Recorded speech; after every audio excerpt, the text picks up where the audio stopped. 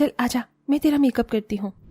रात के 2 बज रहे हैं दीदी, और आपको मेकअप करने की सोच रही है, और मुझे सजा धजा कर कहाँ भेजोगे? रात में भूत और चुड़ैलों की बारात में? ओहो, तुम भी कैसी बातें करती हो। देखो, तुम तो जानती हो ना, मैं पार्लर का कोर्स सीख रही हूँ, और जब तक मैं नहीं करूँगी तो मुझे पता कैसे चलेगा कि कौन सा मेकअप कैसा होता है। अगर माँ पिताजी को पता चल गया ना तो वो हमें बहुत डांटेंगे। वैसे भी पिताजी को आपका ब्यूटी पार्लर का कोर्स करना पसंद नहीं है। किसी को कुछ पता नहीं चलेगा। चलना मेरी बहन। शिखा जबरदस्ती अपनी बहन आरती का मेकअप करना शुरू कर देती है। रात को वो उसे एंगेजमेंट वाले मेकअप में तैयार करके बैठा देती है। दीदी, आपने मेकअप तो बहुत अच्छा किया है, लेकिन क्या फायदा? जिस दिन पिताजी को इसके बारे में पता चलेगा वो बहुत गुस्सा हो जाएंगे और आपका पार्लर छुड़वा देंगे। अरे, अब तक तो मैंने ऑलमोस्ट पूरा पार्लर सीख लिया है, तभी तो इतना अच्छा मेकअप किया है। देखना, एक दिन में बहुत बड़ी ब्यूटिशियन बनूंगी। तभी शिखा के पिताजी उसके रूम में आकर उन्हें देख लेते हैं। ये सब क्या चल रहा है यहाँ पर? पिताजी वो दरअसल पिताजी, इसमें मेरा कोई हाथ नहीं है। दीदी ने जबरदस्ती मुझे ये सब करने के लिए कहा था। तुझे बोलना जरूरी है, तो चुप नहीं हो सकती। मैंने तुम्हें इसलिए पढ़ाया लिखाया था कि तुम आगे जाकर पढ़ाई लिखाई करके कुछ बन जाओ, किसी काबिल बनो, लेकिन तुम्हारा इंटरेस्ट ब्यूटिशियन बनने में है। देखो, मुझे ये सब पसंद नहीं है। आज के बाद तुम पार्लर सीखने कभी नहीं आओगी। ये मेरा आखिरी फैसला है। हेमंत ऐसा कहने के बाद वहां से चला जाता है। इसके बाद शिखा को मजबूरन पार्लर छोड़ना पड़ता है।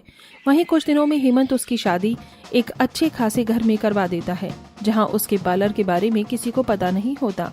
शिखा अपने ससुराल में अपने घर को अच्छे से संभालने लगती है। जब से बहू इस घर के अंदर आई है, सब कुछ संभाल लिया है। ऐसी काबिल बहू भगवान हर किसी को दे। तुम बहुत अच्छी हो। शुक्रिया माँ जी। तभी शिखा का पति नैतिक किसी जरूरी मीटिंग के लिए निकल रहा होता है। शिखा पीछे से आवाज लगाकर कहती है, अरे रुकिए, नाश्ता तो करते जाइए। ये देख महिमा गुस्सा हो जाती है। बहू, ये क्या तरीका है? पीछे से भी कभी इंसान को आवाज नहीं लगाई जाती। मुझसे गलती हो गई माँ जी। मैं लेट हो रहा हूँ, बाहर से ही नाश्ता कर लूंगा। इतना कहकर नैतिक निकल जाता है, जिसके बाद वो जरूरी मीटिंग के लिए जाता है। वो मीटिंग कैंसिल हो जाती है और साथ ही उसे उस दिन शेयर मार्केट में बहुत बड़ा लॉस हो जाता है, जिसकी वजह से उसके पास कुछ नहीं बच पाता। हे भगवान जी, ये सब क्या हो गया? एकदम से सब कुछ बदल गया। कल तक मेरे पास इतना कुछ था और आज मैं रास्ते का फकीर बन गया। नैतिक बहुत परेशान होता है। वो अपने ऑफिस में चारों तरफ यहाँ वहाँ देखकर रोने लगता है। जब वो घर वापस लौटता है तो उसकी परेशान हालत देखकर उसकी माँ कहती है, क्या हुआ बेटा, आज तुम बहुत परेशान लग रहे हो। लाखों की मीटिंग कैंसिल हो गई माँ। ऊपर से मुझे शेयर मार्केट में बहुत बड़ा लॉस हुआ है। जिस कंपनी पर मैं कई सालों से पैसा लगा रहा था, वो कंपनी डूब गई। मैं तो रास्ते पर आ गया हूँ माँ। मैंने मार्केट से पैसा उठाकर कंपनी पर लगाया था क्योंकि उसका प्रॉफिट मिलने वाला था। हे भगवान बेटा, ये क्या हो गया? अब हम लोग क्या करेंगे? करना क्या है माँ, अब करने के लिए कुछ बचा ही नहीं है। ये घर, ये शानो शौहरत बेचकर मुझे अपना कर्ज चुकाना होगा। इस तरह नैतिक का सब कुछ चला जाता है। वो अपनी सारी चीज बेचकर, यहाँ तक कि अपना बड़ा सा घर बेचकर कर्जा चुकाने के बाद अगले एक किराए के मकान में आ जाता है। मेरे साथ साथ आप सभी लोगों को ये परेशानियां झेलनी पड़ेंगी, मैंने ये कभी नहीं सोचा था। कोई बात नहीं बेटा, परेशानी तो आती जाती रहती है। परिवार का एकजुट होना बहुत जरूरी है। किराए का मकान तो उन्होंने ले लिया था, लेकिन उनके घर में राशन का एक दाना भी नहीं था। माँ जी, अगर आप कहो तो मैं पिताजी को फोन कर देती हूँ, हम उनसे थोड़ी मदद ले लेते हैं। नहीं बहू, ऐसा मत करना, हम किसी को मुंह दिखाने के लायक नहीं बचेंगे। हाँ, माँ ने बिल्कुल सही कहा।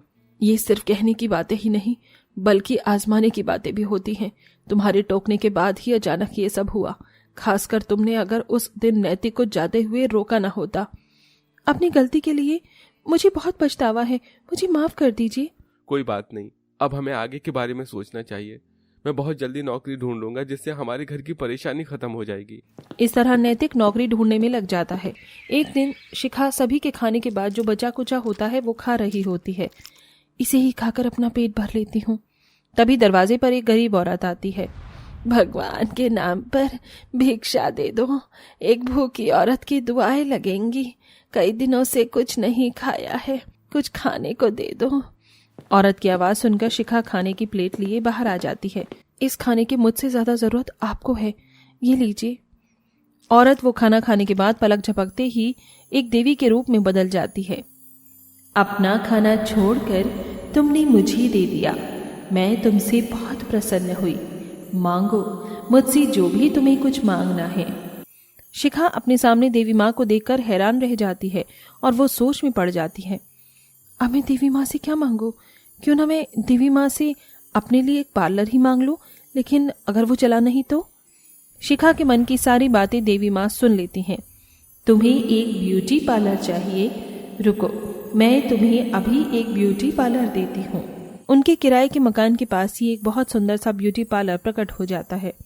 ये कोई मामूली ब्यूटी पार्लर नहीं, बल्कि जादुई ब्यूटी पार्लर है। इसमें तुम्हें कभी किसी चीज की परेशानी नहीं होगी। ग्राहक अपने आप यहाँ आएंगे और इस ब्यूटी पार्लर से तुम्हारी सारी परेशानियां खत्म हो जाएंगी।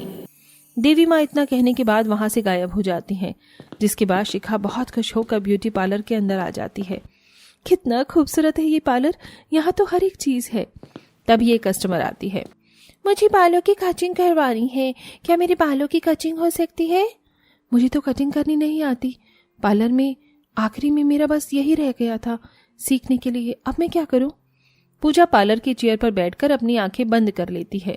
तभी एक कैंची उड़ती हुई आती है और अपने आप उसके बाल काट देती है। ये जादुई पार्लर के कमाल को देखकर शिखा दंग रह जाती है। ओह माय गॉड, तुमने कितनी अच्छी कटिंग करी है, थैंक यू सो मच, ये लो अपने पैसे। शिखा बहुत खुश थी। तभी पार्लर में नैतिक और महिमा भी आ जाते हैं। बहू, ये सब कैसे?